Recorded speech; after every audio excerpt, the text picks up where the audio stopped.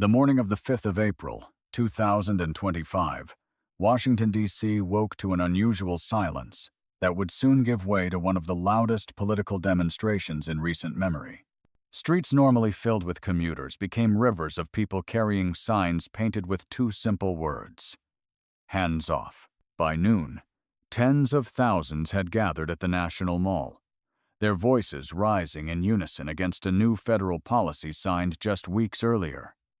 The policy, an executive order from President Donald Trump, sought to consolidate federal authority over key state-administered programs, ranging from healthcare subsidies to education standards, placing once local decisions firmly in Washington's hands.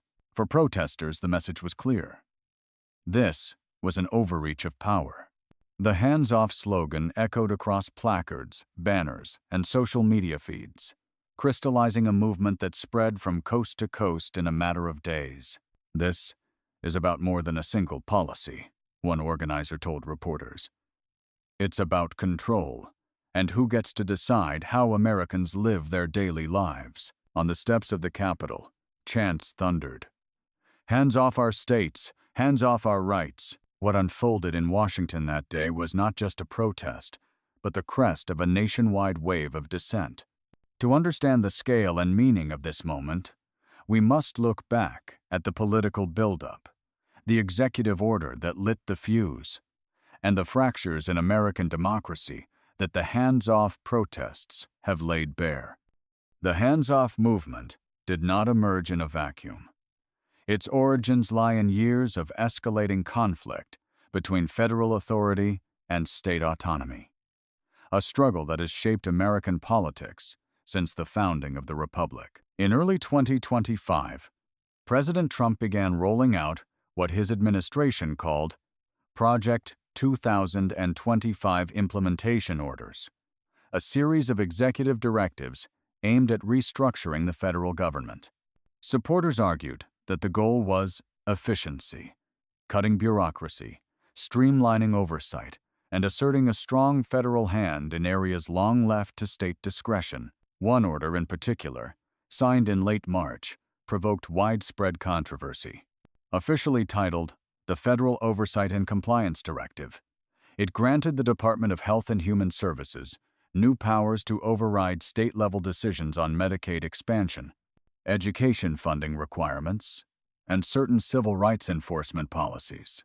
For states already at odds with Washington, the directive was seen as a hostile takeover. Governors in California, New York, Illinois, and several others immediately denounced the move as unconstitutional, vowing legal challenges. Conservative-led states, meanwhile, expressed cautious support, seeing in the policy a tool to enforce uniform standards across the nation. The timing also played a role. The directive came after months of mass federal layoffs that gutted local agency offices, leaving communities without the staff needed to implement programs. For many, the new policy seemed less like streamlining and more like centralizing control. Political analysts traced the roots of this conflict back to Trump's first presidency, when clashes over pandemic mandates, voting rights, and immigration enforcement had already sharpened divisions between states and the federal government. By 2025, with Trump back in the White House and emboldened by Republican gains in Congress, the tension reached a breaking point. The hands-off protests became the public's response to what critics described as a creeping federal overreach and a decisive moment in America's long struggle over who governs whom. The protests of the 5th of April began early in the day. Organizers, operating under the banner of the Hands Off Coalition, had coordinated through social media, university networks, and unions. By dawn, demonstrators were already pouring into Washington from across the region. Buses lined the highways, train stations swelled, and flights into Reagan National Airport carried activists wearing the movement's signature red and black armbands. By 10 a.m., the National Mall was a sea of bodies stretching from the Lincoln Memorial to the steps of the Capitol. Estimates ranged from 250,000 to 400,000 people, making it one of the largest demonstrations in Washington since the Women's March of 2017. At the center of the protest were towering banners reading, "Hands off healthcare, hands off education, and hands off the states." Smaller groups carried signs tailored to their own causes: immigrant rights, climate action, civil liberties, each framing the new federal directive as a threat to their specific struggle. The atmosphere was both festive and tense. Families with children walked beside veteran activists from the civil rights era. Marching bands played alongside chants.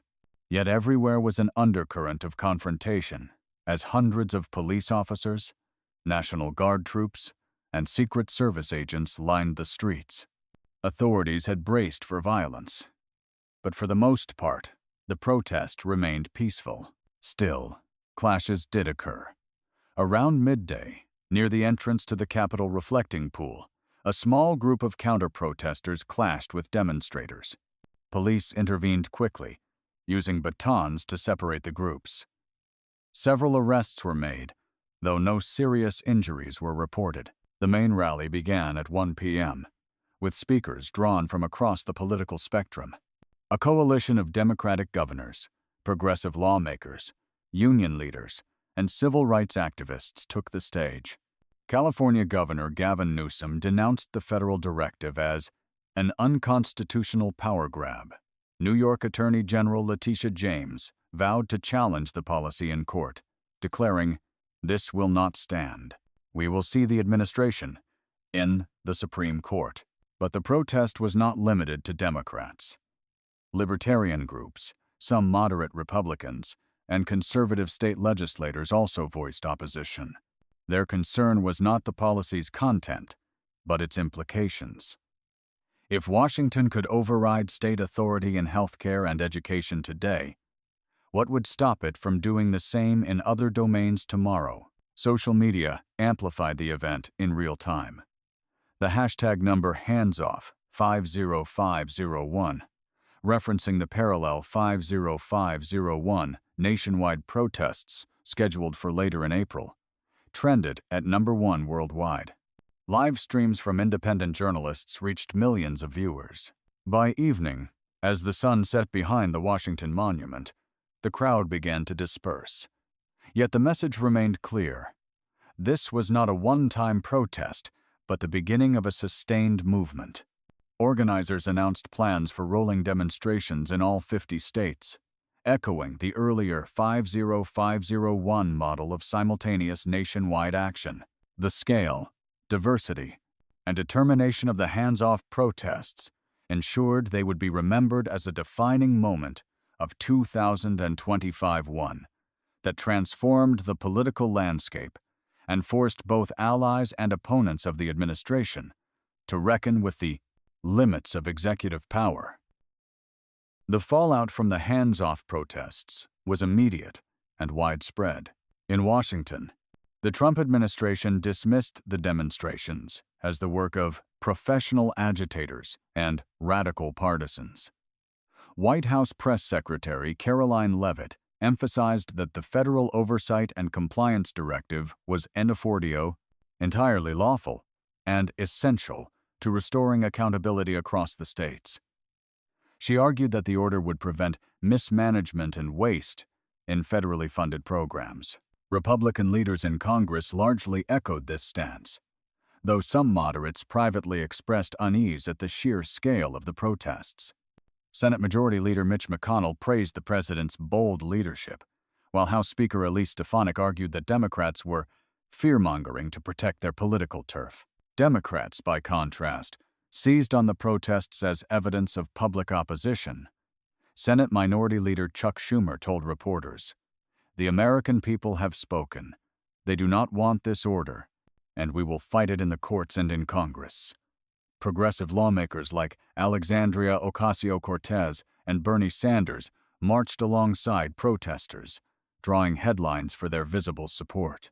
Beyond the halls of government, public opinion was sharply divided. Polls conducted in the week following the protests showed 48% of Americans opposed the executive order, while 42% supported it, a reflection of the deep partisan polarization that has come to define U.S. Politics. Internationally, the protests attracted attention as well. European leaders, already wary of Trump's return to power, voiced concern about the implications for democratic governance in the U.S. Canada's Prime Minister, Justin Trudeau, noted the deep fractures on display. Meanwhile, state-run media in China and Russia framed the unrest as proof of American instability. Within days, lawsuits challenging the order were filed in federal courts by a coalition of states led by California and New York. Legal scholars predicted the battle could reach the Supreme Court before the end of the year, setting up a constitutional clash that would test the balance between state and federal power. The protests had also galvanized grassroots activism. Organizers reported a surge in donations, volunteer sign-ups, and local chapters forming across the country. For many, the hands-off protests marked the beginning of a new political identity, one defined less by party affiliation and more by resistance to centralized power.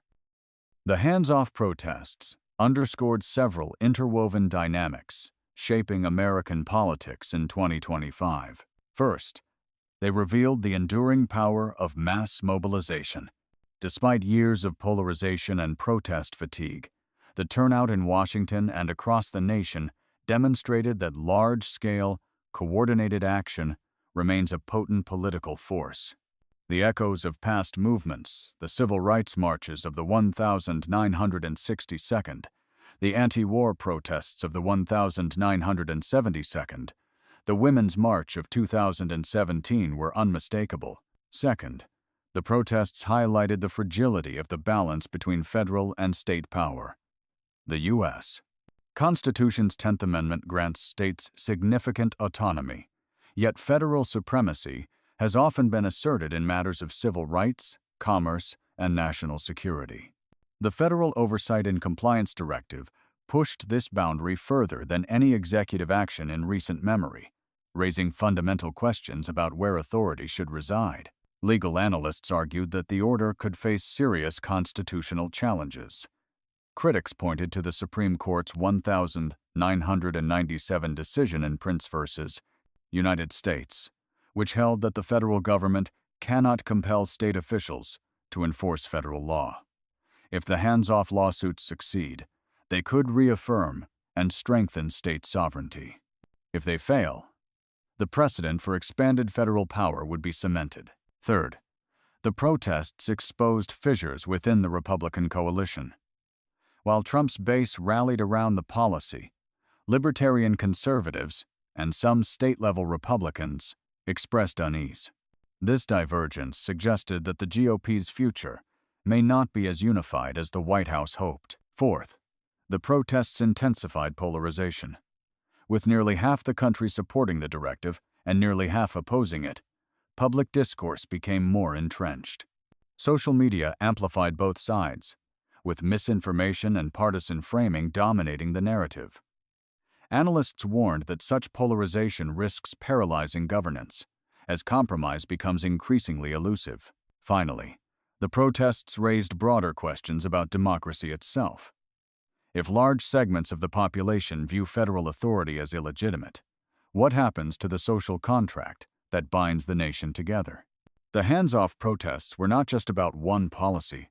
They reflected deeper anxieties about identity, representation, and trust in institutions. Some commentators saw parallels to global trends.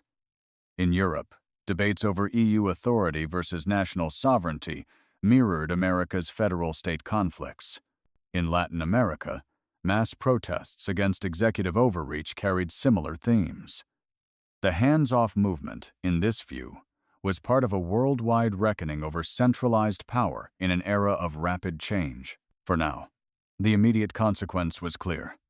The protests forced the administration, Congress, and the courts to confront the limits of executive authority. Whether those limits would be enforced or eroded remained the central question of 2025. As night fell on Washington, the chants of the hands-off protesters faded, but their impact lingered. The executive order remained in force, the lawsuits moved forward, and the political battle lines hardened. The demonstrations of the 5th of April, 2025, entered the history books as one of the largest coordinated acts of dissent in recent American politics. They marked not just opposition to a single directive, but a broader contest over the meaning of democracy in the 21st century. For some, the protests were a hopeful sign, proof that citizens could still rise to defend their rights. For others, they were a troubling omen of division, evidence that consensus was slipping further from reach. In the weeks ahead, the legal cases will progress, Congress will debate oversight, and the White House will continue to defend its authority. Yet beneath the surface, the hands-off protests have already reshaped the political landscape, galvanizing movements, reframing debates, and setting the stage for constitutional questions that will define the coming years. The voices of that day, hands off our states, hands off our rights, may fade into memory, but the conflict they represent remains unresolved. And as America moves deeper into 2025, the nation faces a question as old as the Republic itself. Who truly holds the power, the people, the states, or the federal government?